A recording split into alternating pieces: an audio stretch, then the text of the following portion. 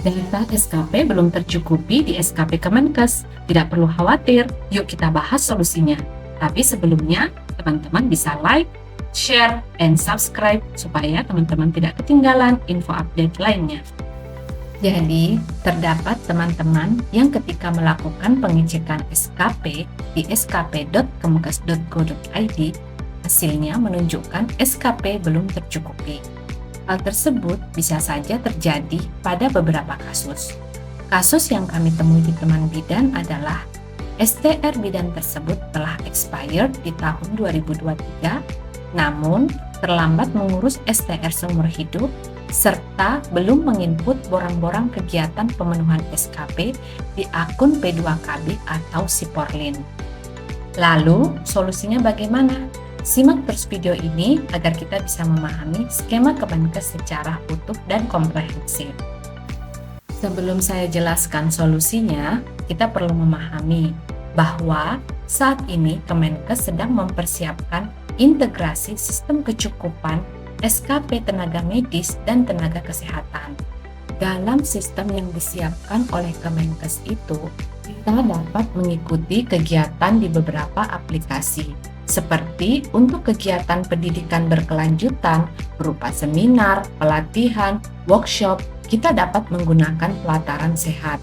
Kemudian untuk pelayanan, nantinya akan terintegrasi ke dalam sistem Satu Sehat, serta pengabdian masyarakat nantinya akan divalidasi oleh Dinas Kesehatan atau lembaga terkait. Terkait dengan sistem kecukupan SKP, sebenarnya sistem pemenuhan kecukupan SKP tersebut telah tersedia, yaitu P2KB atau kita kenal juga dengan Siporlin yang dikelola oleh organisasi profesi masing-masing. Namun, karena berdasarkan Undang-Undang 17 tahun 2023 tentang kesehatan menyebutkan bahwa pengelolaan kecukupan SKP itu dilakukan oleh Kementerian Kesehatan, jadi, sistem Siporlin atau P2KB yang saat ini ada nantinya akan dimigrasi ke sistem yang dikelola langsung oleh Kemenkes, tidak lagi oleh organisasi profesi. Untuk itu, tenaga kesehatan dan organisasi profesi dalam periode transisi ini diminta untuk melakukan pengkinian datanya terlebih dahulu di Siporlin atau P2KB agar datanya komplit ketika dipindah. Nah, setelah memahami hal tersebut, kita kembali lagi ke masalah SKP belum tercukupi. Berdasarkan petunjuk Kemenkes, terdapat beberapa hal yang dapat kita lakukan. Cara pertama, berdasarkan informasi di halaman skp.kemenkes.go.id, ketika SKP belum tercukupi, maka kita diarahkan untuk mengikuti kegiatan sesuai profesi pada pelataran sehat di link lms.kemenkes.go.id atau kegiatan lain yang terakreditasi oleh Kemenkes. Namun, kegiatan lain yang dimaksud belum dijelaskan secara spesifik. Dan ketika teman-teman mengikuti kegiatan seminar, workshop, atau pelatihan di pelataran Satu Sehat, sebenarnya itu membutuhkan waktu lagi karena teman-teman harus mengikuti pembelajaran, kemudian mengikuti kuis atau post-test, dan ketika selesai dan lulus, sertifikat tidak serta-merta bisa langsung diunduh. Jadi itu membutuhkan waktu. Lantas, bagaimana jika teman-teman sudah mempunyai sertifikat pelatihan, workshop, dan seminar dalam 5 tahun terakhir? Apakah sertifikat itu bisa digunakan untuk mencukupi SKP saat ini atau tetap harus mengikuti kegiatan di pelataran sehat?